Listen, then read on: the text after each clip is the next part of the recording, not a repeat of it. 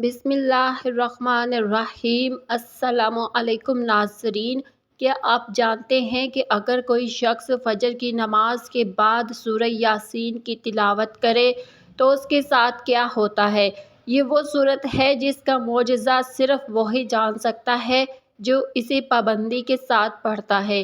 ہر انسان کو کبھی نہ کبھی مسائل اور مشکلات کا سامنا کرنا پڑتا ہے، پھر وہ ان کے حالات کے لیے کسی مددگار یا سہارا ڈھونڈتا ہے۔ اکثر ایسا دیکھا گیا ہے کہ مشکل وقت میں قریبی دوست، حتیٰ کہ خون کے رشتے بھی ساتھ چھوڑ دیتے ہیں۔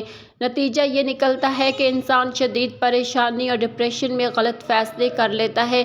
لیکن ڈپریشن اور پریشانی سے بچانے کے لیے اللہ تعالیٰ نے ایک راز بتایا ہے۔ اس راز کو اختیار کرنے سے دنیا اور آخرت کی کوئی بھی حاجت ہو، مالی ہو یا جسمانی، آپ اسے کسی انسان کے آگے ہاتھ پھیلائے بغیر ذلت سے بچتے ہوئے بآسانی پوری کر سکتے ہیں، اور وہ راز ہے سورہ یاسین۔ اب یہ کیسے ممکن ہے؟ اس کے لیے ضروری ہے کہ اس سورت کو تفصیل سے سمجھا جائے اور یہ جانا جائے کہ سورہ یاسین کو قرآن کا دل کیوں کہا گیا ہے۔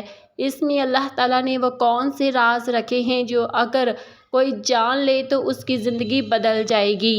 سورہ یاسین کا آغاز ان الفاظ سے ہوتا ہے: یاسین، قسم ہے قرآن کی جو حکمت سے بھرا ہوا ہے۔ ہم تلاوت کے دوران اکثر اس جملے پر غور نہیں کرتے کہ اللہ تعالیٰ نے کتنی بڑی حقیقت بیان فرمائی ہے۔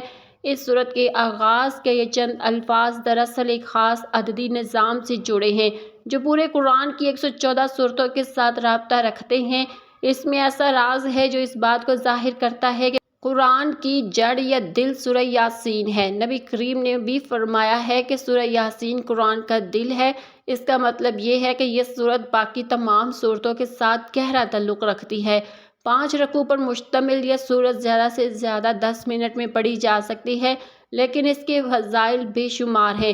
حضرت عطا بن ابی رباح روایت کرتے ہیں کہ رسول اللہ صلی اللہ علیہ وسلم نے فرمایا: جو شخص صبح کے وقت سورہ یاسین پڑھ لے اس کی تمام جائز حاجات پوری ہو جاتی ہیں، اور جو پڑھتا ہے اللہ تعالیٰ اسے 10 بار پورے قرآن کی تلاوت کا ثواب عطا فرماتا ہے۔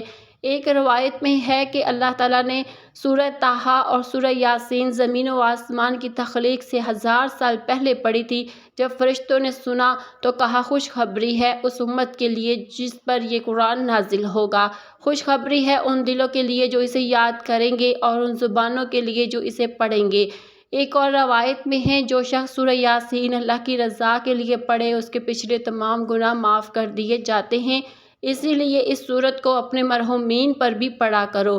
ایک اور حدیث میں آیا ہے، حضور صلی اللہ علیہ وسلم نے فرمایا: میری خواہش ہے کہ سورہ یاسین میرے ہر امتی کے دل میں ہو۔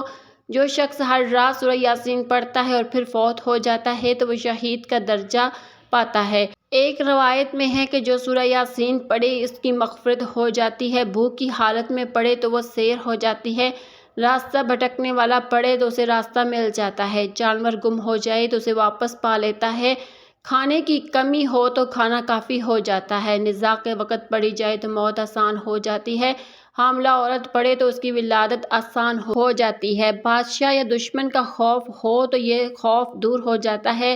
حضرت ابن عباس فرماتے ہیں: جو صبح کے وقت سورہ یاسین پڑھے اسے شام تک خوشی نصیب ہوتی ہے، اور جو رات کے وقت پڑھے وہ خوش صبح تک قائم رہتی ہے۔ اللہ تعالیٰ ہم سب کو کامل یقین کے ساتھ اس پر عمل کرنے کی توفیق عطا فرمائے۔ اپنا بہت سا خیال رکھیے گا۔ اللہ حافظ۔